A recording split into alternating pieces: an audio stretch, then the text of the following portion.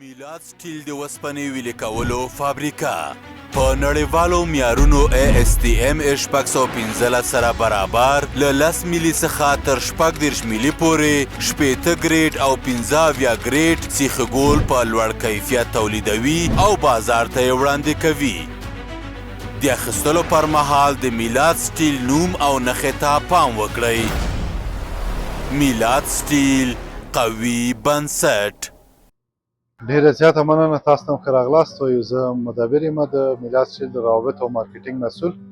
میلاد سټیل تقریبا 2 کاله شو چې سټنډرډ حالت کې سیخ تولیدوي او سیخ یې نړیوال نورم په اساس تولیدېږي چې د افغانستان په مختلفو پروژو کې دولتي او موسساتو کې تر استفاده کیږي.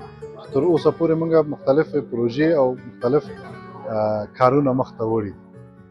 لله الحمد موږ سره تقریبا 200 کارمندان مستقیم او حدودا 300 پورې غیر مستقیم کار کوي چې حدودا 1500 کسان موږ سره بوخت دي کار کوي.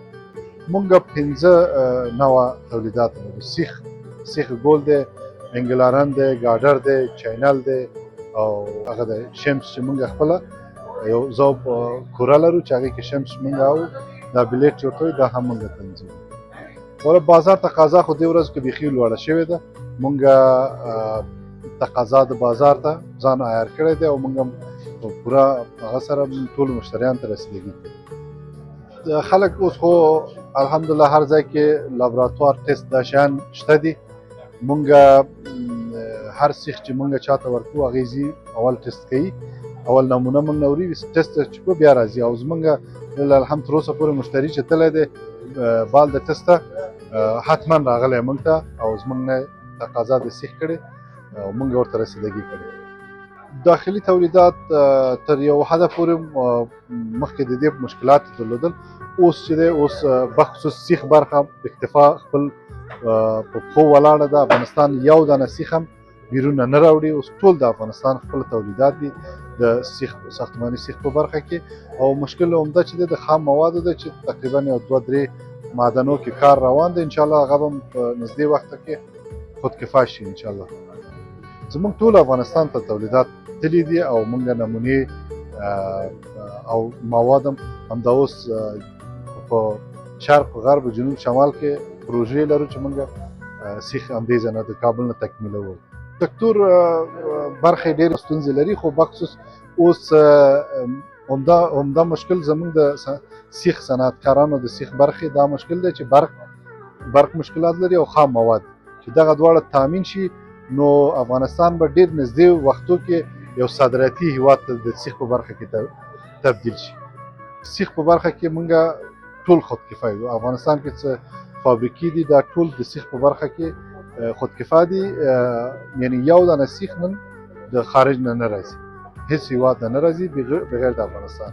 خپل تولیدات دي، خپل تولیدات هم معیار سټنډرډ معیار ته نظر کې نیسي. زموږ میلاد فابریکه چې ده میلاد سټیل هیڅ وخت د مشتری په خوښه تولیدات نه کوي.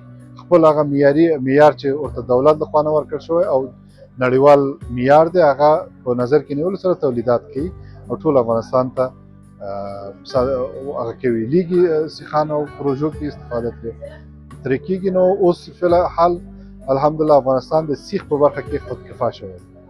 زمونږ دا رهبري بورډ چې و د دې همدغه سابقه کاري همدغه اوسپنې په برخه کې وه چې وشو کولی بالاخره میلاد او اعتماد سټیلونه جوړ کړه. نو په اوسپنې برخه کې علاقمندي ډېره وه. د هغې په اساس دې ته وادار شول چې فابریکه جوړه کړي او اوس الحمد ټول افغانستان کې د دې سیخ موجودیت شته.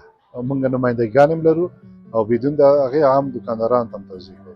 پروژې خو ډېرې دي، نشم کولی چې ټولو نومونه واخلم. په کابل کې یو ساختماني چارې دي چې تقریبا 14 ساختمانه دي، هغې ته موږ پروژې سیخ ورکوو. په مزار کې دوه غټې پروژې دي چې هر یوې 12 ساختمانونه لري هغې ته.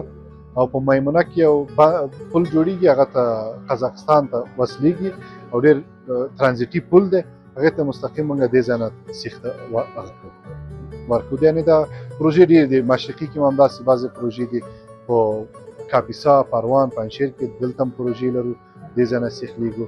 خوست کې او په غزني کې په تر قندهاره پورې موږ توزیعات لرو. موږ ټول ناول د خام موادو باندې فکر کوو چې موږ ته خام مواد تر اوسه پورې موږ د بهرنیو هېوادونو اکمالوو. نو دغه خام موادو زمینه چې مساعده شي، انشاءالله موږ کولی شو چې ډېرو هغه ته ده حتی نورو هېوادو ته سیخ وارد کړو. موږ د هر اړخیز نه موږ آمادګي لرو، یعنې تولیدات زموږ د دواړو فابریکو چې سیخ او دا ګاډر دي تر 800 ټنه پورې د ورځې موږ تولیدات کوو. اسیايي مرکزي هېوادونو ته چې مخکې د دې موږ ته لېږل، اوس موږ د دې پلان لرو چې موږ ورته ولېږو. نو دغسې بعضې نور هېوادونه دي چې موږ سره هم سرحد دي، موږ هغې ته کولی شو چې تمویل کړو د سیخ برخه. موږ غوښتنې خو ډېر لرو. غوښتنې هم دا دي چې موږ دولت 2 کارونه موږ ته وکړي صنعتکارانو ته. یو دا چې په د معدنونو په برخه کې موږ سره همکاري وکړي چې بعضې معدنونه استخراج شي، زمینه د دې مساعده شي چې معدنونه استخراج شي، چې موږ دغه اوسپنې خام موادو له لحاظه تکمیل شو. بال د هغې موږ کولی شو چې خپل ټول امکانات، یعنې دغه د نورو هېوادونو چې خام مواد راځي موږ هغه هم بند کړو. لکه سیخ چې اوس موږ ته نه راځي، خام مواد هم دغسې موږ کولی شو چې خودکفا شو په ډېر نږدې وخت کې که زمینه مساعده شي. او دوم برق مسله ده. د برق مسله د دولت تقاضا ده چې هغه خپل په امکانات په اساس برق مهیا کړي. ولې تقاضا ډېره ده؟ تقاضا ډېره ده چې برق زمینه ډېره مساعده شي، زموږ تولیدات نور هم لوړېږي انشاءالله. او بله غوښتنه مې دا ده د هغه سرمایه‌داران نه، هغه کسان نه چې تللي دي په بهرنیو هېوادو کې سرمایه ګذاري کړې، هغې نه تقاضا دا ده چې اوس الحمدلله زمینه د کار مساعد ده په افغانستان کې، بخصوص د سرمایه ګذاري چې راشي سرمایه ګذاري دې وکړي. او نور نړیوال هم دې ته تشویق شي چې راشي افغانستان کې په مختلفو برخو کې سرمایه ګذاري وکړي.